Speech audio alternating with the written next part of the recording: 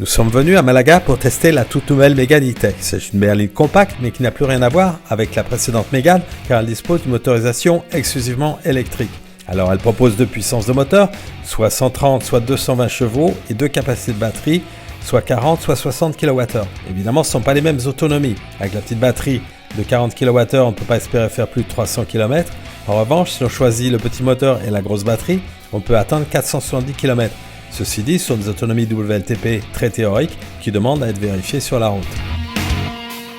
Avec la Mégane E-Tech, Renault s'est offert une voiture incroyable, probablement la berline électrique compacte la plus excitante à conduire du marché. Bien campée sur ses grandes roues de 20 pouces, elle projette l'allure fière de celles qui n'ont pas peur de leurs rivales. Ici ce sont les Peugeot i2008, Volkswagen ID3 et peut-être Tesla Model 3. Elle a les atouts pour s'imposer, une ligne réussie, une autonomie décente et surtout un agrément de conduite assez époustouflant. Avec sa ceinture de caisse haute, sa ligne de toit en pente douce, cette Mégane dégage un petit air de SUV sportive. Longue de 4,20 m alors que la version thermique mesurait 4,35 m, elle mise sur la mode des crossovers urbains, même si avec sa hauteur de 1,50 m, elle reste fondamentalement une berline. Est-ce une bonne idée d'avoir misé sur ce segment ? Cette voiture se veut plus spacieuse qu'il n'y paraît. Elle a été conçue sur la plateforme CMF EV qui a permis d'utiliser un moteur très compact placé à l'avant. Elle s'appuie sur un empattement de 2,69 m pour proposer un espace intérieur intéressant. Il s'agit d'abord d'une jolie voiture, sa face avant est plutôt réussie avec une calandre étroite, des feux effilés, une signature lumineuse esthétique et le nouveau logo de la marque. L'arrière reprend les codes d'aujourd'hui avec un fin bandeau lumineux qui s'étire sur toute la largeur. Et c'est même doté de poignées de portière affleurantes comme sur une Tesla Model 3. À l'intérieur, Renault a haussé ses standards de façon spectaculaire. On trouve un tableau de bord qui surclasse ID3 et même Model 3. Le levier de mise en marche est désormais accolé au volant comme chez Mercedes et Tesla. On découvre un système à deux écrans contigus à la qualité d'affichage des meilleures tablettes du marché.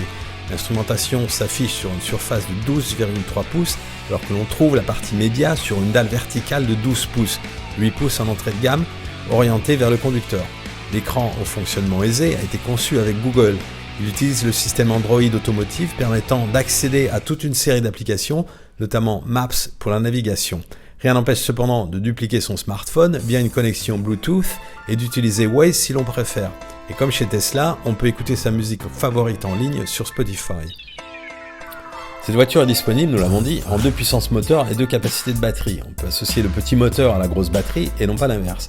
60 kWh, cela peut paraître peu quand Tesla propose une unité de 75 kWh sur la Model 3 grande autonomie.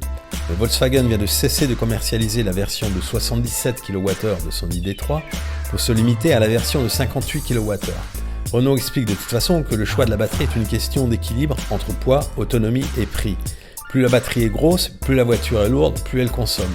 Le constructeur aux losanges a fait le choix de la légèreté, d'abord avec sa nouvelle plateforme, ensuite en utilisant beaucoup d'aluminium. La Mégane E-Tech ne pèse que 1631 kg, soit 200 de moins qu'une ID3. Reste la question des puissances de recharge qui est un peu compliquée, avec 4 choix offerts, 7 et 22 kW en alternatif, 85 et 130 en courant continu pour la recharge rapide. Retenons que si l'on choisit la petite batterie de 40 kWh, la recharge rapide est en option, mais elle est limitée à 85 kW. Sur la version de 220 chevaux, la recharge rapide est de série, mais reste limitée à 130 kW, alors que les concurrents proposent des recharges à plus de 150 kW et que les stations de recharge rapide se multiplient. Renault explique que sa voiture dispose d'assez d'autonomie pour rouler 2 heures, le temps conseillé avant d'observer une pause, et que le temps pris pour un café permettra de refaire le plein d'électricité. Cela signifie donc 260 km, 300 avec une marge de sécurité, ce qui implique de rouler à un rythme de 20 kWh au 100 km, ce qui n'est pas facile sur autoroute. Le plus extraordinaire dans cette Mégane E-Tech est sans doute le plaisir de conduite. Il est immense à bord de la version de 220 chevaux, dotée d'un comportement de petite sportive. Renault a travaillé cet aspect des choses. La plateforme permet d'insérer le pack batterie le plus fin du marché, il est de 110 mm sur cette voiture et permet de garder un centre de gravité bas. À l'arrière, on trouve des suspensions multibras, alors que la direction avec une démultiplication de 12 est la plus directe du marché. Cela donne une voiture accrochée au sol qui se faufile dans les virages avec l'agilité d'un kart. En mode sport, on grimpe un col de montagne avec la facilité d'une sportive. En outre, pour la première fois, Renault a doté sa voiture de palettes pour la récupération d'énergie, ce qui rend la conduite très ludique. À condition bien sûr de ne pas en abuser, car le système agit avec un très léger décalage et n'apprécie pas que l'on freine en même temps. Quant à la consommation, elle est assez étonnante. Sur un parcours vallonné, avec quelques voies rapides, nous avons roulé à un rythme de 16 kWh au 100 km, soit une autonomie de 376 km. Et certains de nos confrères ont même réussi à tenir un rythme de 14 kWh. Nous sommes montés à 19 kWh sur le final montagneux, ce qui reste tout à fait admirable en ayant conduit d'une façon assez sportive. Cette Mégane est proposée à un premier prix de 35 200 € pour la version de 130 chevaux avec batterie de 40 kWh, à 41 200 € pour la version de 220 chevaux.